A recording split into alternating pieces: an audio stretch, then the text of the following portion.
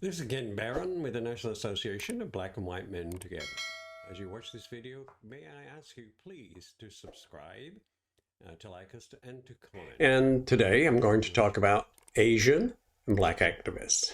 So, Black civil rights activists have stood together with Asian Americans recently, and the latter responded in kind. The two groups have worn Black Asian Unity t-shirts and held Stop Asian Hate rallies in cities such as Los Angeles and Chicago.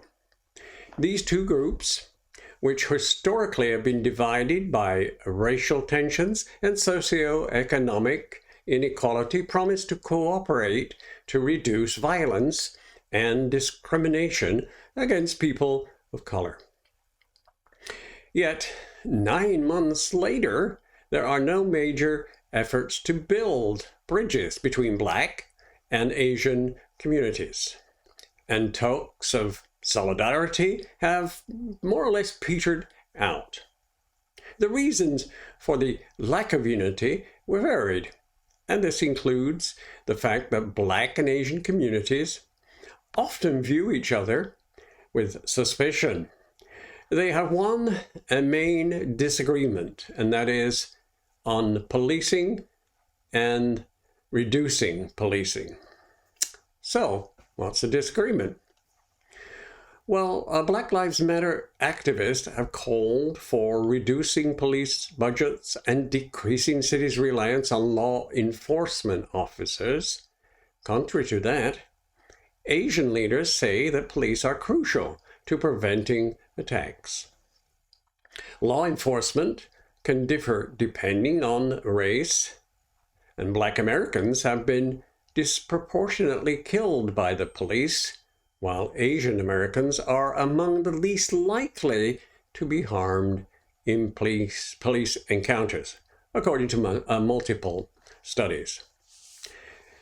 Now, hate crimes against Asian people rose 73% in the year 2020, and that's according to the FBI. The police killed 192 Black people in the United States this year, compared with 249 last year.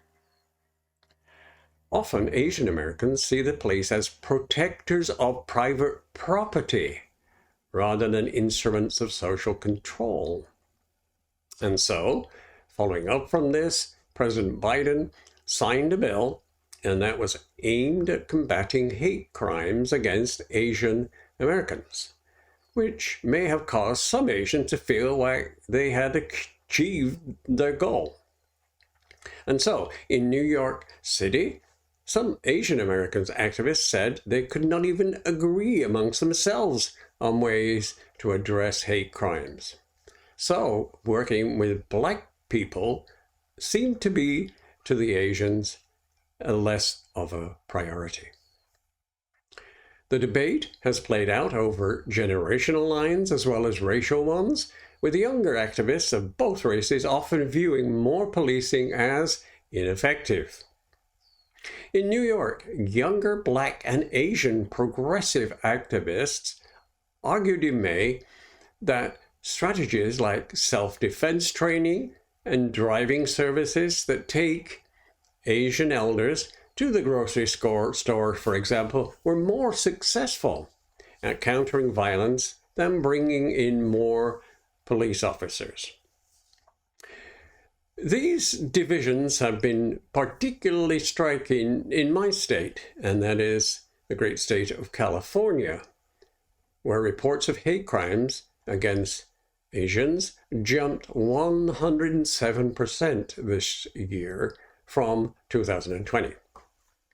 In August, the president of the Chinatown Chamber of Commerce, and that's in Oakland, they urged Governor Newsom to deploy the California Highway Patrol on city streets so that local officers could spend more time patrolling neighborhoods like Chinatown. But Kat Brooks, the co-founder of the Anti-Police Terror Project, and that's a black-led group in that city, said, quote, adding more offices created a totally oppressive environment that was dangerous for people of color. Two viewpoints there.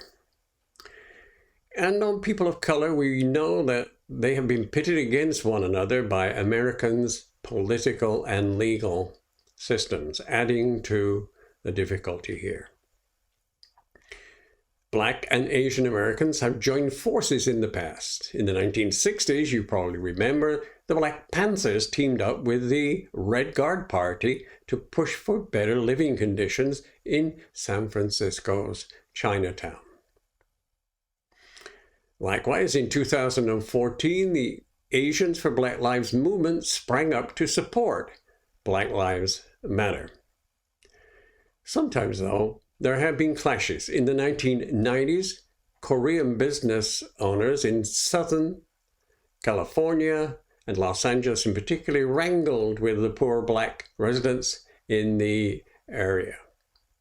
At that time, tensions started, and they peaked in 1992 after 4 police officers who had beaten Rodney King were acquitted, leading to riots. And at that time, more than 2,300 Korean-owned businesses were looted and burned. The uneasy relations stem from an inherent inequality. Because Asian people don't trace their roots in America to slavery, they are often compared with white people in socioeconomic status. For example, in 2016, the median yearly income for Asian adults was $51,000, similar to the $48,000 for whites, and above the $31,000 for black adults. And that's according to a study by the Pew Research Center. And yet, Asian people, who are not a homogeneous group, were also the nation's most economically divided group.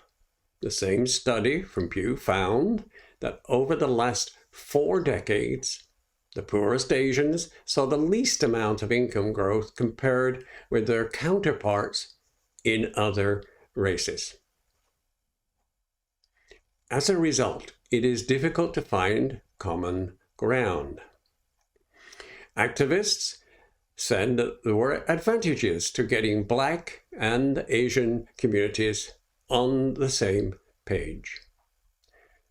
City leaders are often reluctant to make policing changes unless, here it comes, minorities present a united front. On the front lines of this debate, even friends have sometimes disagreed, and that makes it very difficult. Here at the NABWNT, that's the National Association of Black and White Men Together, we pride ourselves on our ability to bring black and white people together. But let's not forget, we need to bring all people together. Remember the words of the late Coretta Scott King, quote, "Freedom and justice cannot be parceled out in pieces to suit political convenience. I don't believe you can stand for freedom for one group of people and deny it to others." Thank you for listening. Please like us, comment, and subscribe to our podcasts, to our Facebook and YouTube Lives. And I should give credit to New York Times for part of this video. Thank you again. Hope to hear from you soon.